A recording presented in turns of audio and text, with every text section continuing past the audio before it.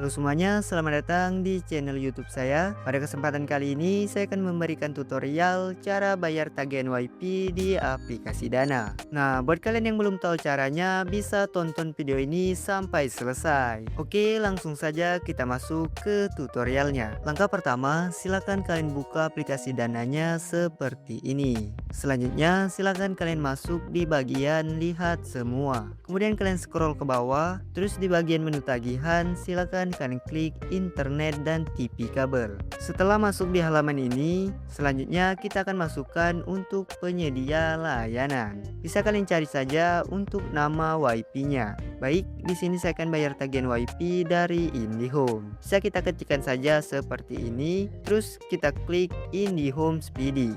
Berikutnya kita akan masukkan ID pelanggan. Silakan kalian masukkan ID-nya seperti ini.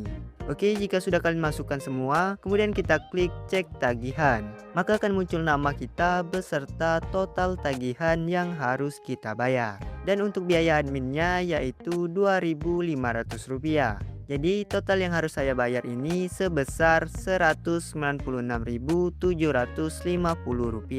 Terus kita klik lanjut. Selanjutnya di halaman ini bisa kalian hilangkan saja centang pada proteksi gangguan supaya lebih hemat. Kemudian tinggal kita klik bayar, lalu masukkan PIN kalian di sini. Oke, jika muncul notif seperti ini, itu tandanya pembayaran kita telah berhasil.